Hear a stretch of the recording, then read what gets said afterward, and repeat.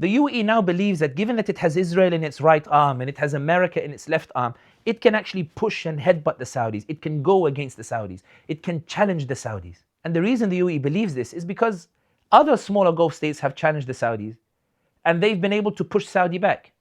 Whether it's Qatar in 1996, Hamad bin Khalifa topples his father. His father goes for health treatment in Switzerland. The son calls the father and says, "Father, don't come home. I'm Emir now." The father says, "What the hell are you doing, son?" The father calls the Saudis, tells them, "My son has done a coup on me. Can you please restore me to power and stop this coup from my son?" The Saudis say, "Sure, no problem." Saudis get ready to restore the father to power.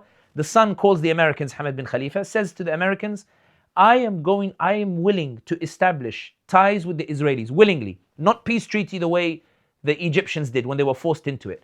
Not peace treaty like the Jordanians who were forced into it. Not peace treaty like the Syrians who were forced into it. I'm willingly going to open an economic office for the Israelis and I'll give you the largest military base in the region, on the condition that you prevent the Saudis from allowing my father to return home. You protect me from the Saudis. The Americans and the French got very excited. They called the Saudis. They told the Saudis, "We'll bomb the living daylights out of you if you march towards Qatar." And the Saudis ended up pulling back. Qatar demonstrating that with the Israelis in one hand and the Americans in one hand, you can push back against the bigger brother Saudi Arabia. UAE withdrew from OPEC and everybody's thinking, what can Saudi Arabia do? When Kuwait broke the OPEC quota, after Saddam had entered an 8-year war with the Iranians, Saddam needed a high oil price in order to rebuild his economy. Kuwait broke the OPEC quota. Saddam asked for some sort of enforcement of OPEC quota, didn't find any traction in Saudi Arabia or in Egypt, so he decides to go and invade Kuwait. When he invades Kuwait, he takes over Kuwait in 2-3 weeks. It doesn't last against the bigger neighbor.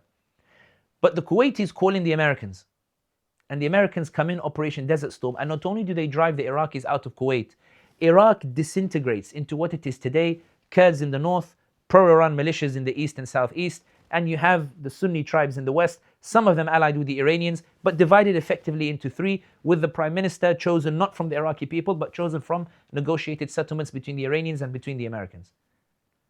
UAE is looking at Qatar and saying that Qatar managed to push back with the Americans and the Israelis. Kuwait managed to push back against Iraq with the help of the Americans. Now I have the Israelis, I have the Americans. Saudi Arabia, you can do one for all I care.